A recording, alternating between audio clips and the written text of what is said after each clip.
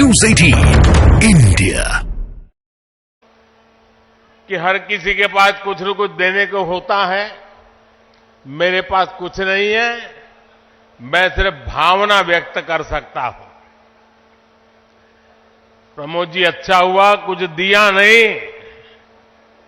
वरना जमाना ऐसा बदल गया है कि अगर आज के युग में सुदामा श्री कृष्ण को एक पोटली में चावल देते, वीडियो निकल आती, सुप्रीम कोर्ट में पीआई हो जाती और जजमेंट आता कि भगवान कृष्ण को भ्रष्टाचार में कुछ दिया गया और भगवान कृष्ण भ्रष्टाचार कर रहे थे। इस व्यक्त में हम जुगर रहे और इससे अच्छा है कि आपने भावना प्रकट की और कुछ दिया नहीं।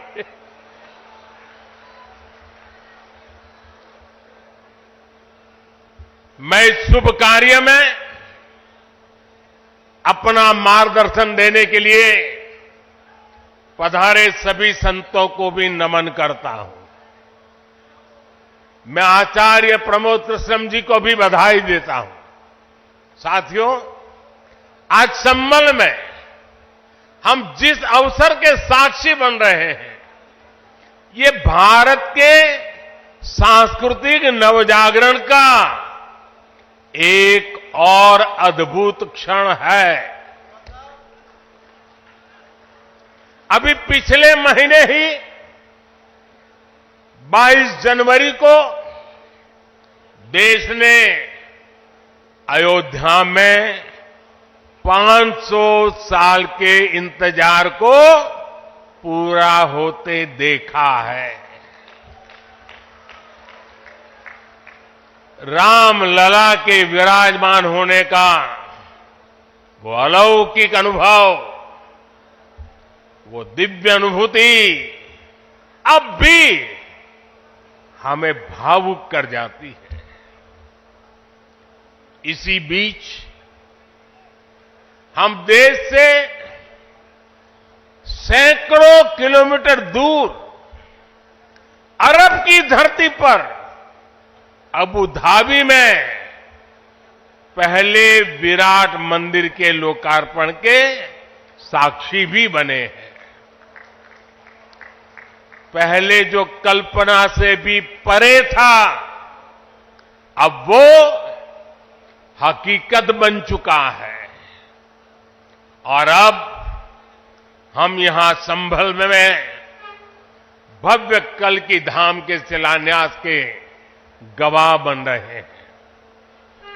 भाई और बहनों, एक के बाद एक ऐसे आध्यात्मिक अनुभव, सांस्कृतिक गौरव के ये पल हमारी पीढ़ी के जीवन काल में इसका आना, इससे बड़ा सौभाग्य क्या हो सकता है। इसी कालखंड में हमने विश्वनाथ धाम के वैभव को काशी की धरती पर देखा है, निखरता हुआ देखा है। इसी कालखंड में हम काशी का कायाकल्प होते देख रहे हैं। इसी दौर में महाकाल के महालोक की महिमा हमने देखी है। हमने सोमनाथ का विकास देखा है, केदार घाटी का पुनर्निर्माण देखा है। हम विकास भी, विरासत भी, इस मंत्र को आत्मसात करते हुए चल रहे हैं। आज एक और हमारे तीर्थों का विकास हो रहा है, तो दूसरी ओर शहरों में हाई टेक इंफ्रास्ट्रक्चर भी तैयार हो रहा है। आज अगर मंदिर बन रहे हैं, तो देश भर में नए मेडिकल कॉलेज भी बन रहे हैं।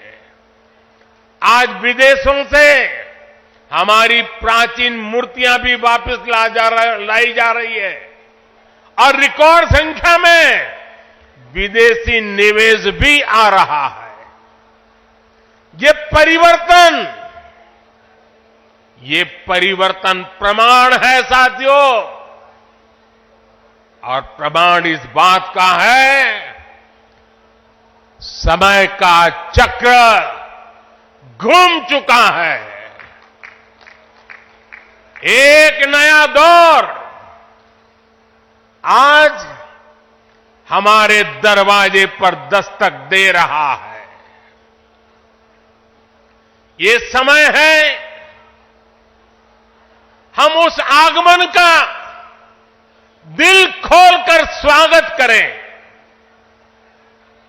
इसलिए मैंने लाल किले से देश को विश्वास दिलाया था, यही समय है, सही समय है। साथियों, जिस दिन अयोध्या में राम मंदिर की प्राण प्रतिष्ठा हुई थी, तब मैंने एक और बात कही थी। 22 जनवरी से अब नए काल चक्र की शुरुआत हो चुकी है। प्रभु श्री राम ने जब शासन किया तो उसका प्रभाव हजारों वर्ष तक रहा। उसी तरह राम लला के विराजमान होने से अगले 1000 वर्षों तक भारत के लिए एक नई यात्रा का शुभारंभ हो रहा है। अमृत काल में राष्ट्र निर्माण के लिए पूरी सहस्त्र शताब्दी का यह संकल्प केवल एक अभिलाषा भर नहीं है, ये एक ऐसा संकल्प है जिसे हमारी संस्कृति ने हर कालखंड में जीकर दिखाया है।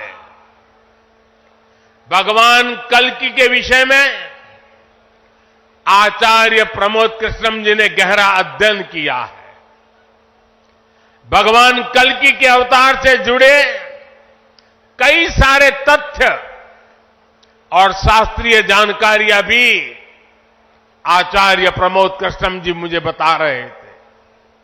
जैसे उन्होंने बताया कि कल्कि पुराण में लिखा है, शंबले वस तस्तस्य सहस्त्र परिवत्सरा, यानी भगवान राम की तरह ही कल्कि का अवतार भी हजारों वर्षों की रूपरेखा तय करेगा। इसलिए भाइयों और बहनों, हम ये कह सकते हैं कि कल्कि काल चक्र के परिवर्तन के प्रणेता भी है और प्रेरणा स्रोत भी है। और शायद इसीलिए कल्कि धाम एक ऐसा स्थान होने जा रहा है जो उन भगवान को समर्पित है जिनको अभी अवतार होना बाकी है। अब कल्पना करिए, हमारे शास्त्रों में सैकड़ों हजारों साल पहले भविष्य को लेकर इस तरह की अवधारणा लिखी गई। हजारों वर्ष बाद की घटनाओं के लिए भी सोचा गया। ये कितना अद्भुत है, और ये भी कितना अद्भुत है कि आज प्रमोद कृष्णम जैसे लोग पूरे विश्वास के साथ उन मान्यताओं को आगे बढ़ा रहे हैं, अपना जीवन खपा रहे हैं। वो भगवान कल्कि के लिए मंदिर बना रहे हैं, उनकी आराधना कर रहे हैं। हजारों वर्ष बाद की आस्था और अभी से उसकी तैयारी, यानी हम लोग भविष्य को लेकर कितने तैयार रहने वाले लोग हैं। इसके लिए तो प्रमोद कृष्णम जी वाकई सराहना के पात्र है। मैं तो प्रमोद कृष्णम जी को एक राजनीतिक व्यक्ति के रूप में दूर से जानता था, मेरा परिचय नहीं था। लेकिन अभी जब कुछ दिन पहले मेरी उनसे पहली मुलाकात हुई तो ये भी पता चला कि वो ऐसे धार्मिक आध्यात्मिक कार्यों में कितनी मेहनत से लगे रहते हैं। कल की मंदिर के लिए इन्हें पिछली सरकारों से लंबी लड़ाई लड़नी पड़ी, कोर्ट के चक्कर भी लगाने पड़े। वो मुझे बता रहे थे कि एक समय उन्हें कहा जा रहा था कि मंदिर बनाने से शांति व्यवस्था बिगड़ जाएगी। आज हमारी सरकार में प्रमोद कृष्णम जी निश्चिंत होकर इस काम को शुरू कर पाए हैं। मुझे भरोसा है कि मंदिर इस बात का प्रमाण होगी कि हम बेहतर भविष्य को लेकर कितने सकारात्मक रहने वाले लोग हैं। साथियों, भारत पराभव से भी विजय को खींच करके लाने वाला राष्ट्र है। हम पर सैकड़ों वर्षों तक इतने आक्रमण हुए, कोई और देश होता, कोई और समाज होता तो लगातार इतने आक्रमणों की चोट से पूरी तरह नष्ट हो गया होता। फिर भी हम न केवल डटे रहे बल्कि और भी ज्यादा मजबूत होकर सामने आए। आज सदियों के वो बलिदान फलीभूत हो रहे हैं। जैसे कोई बीज वर्षों के अकाल में पड़ा रहा हो, लेकिन जब वर्षा काल आता है तो वो बीज अंकुरित हो उठता है।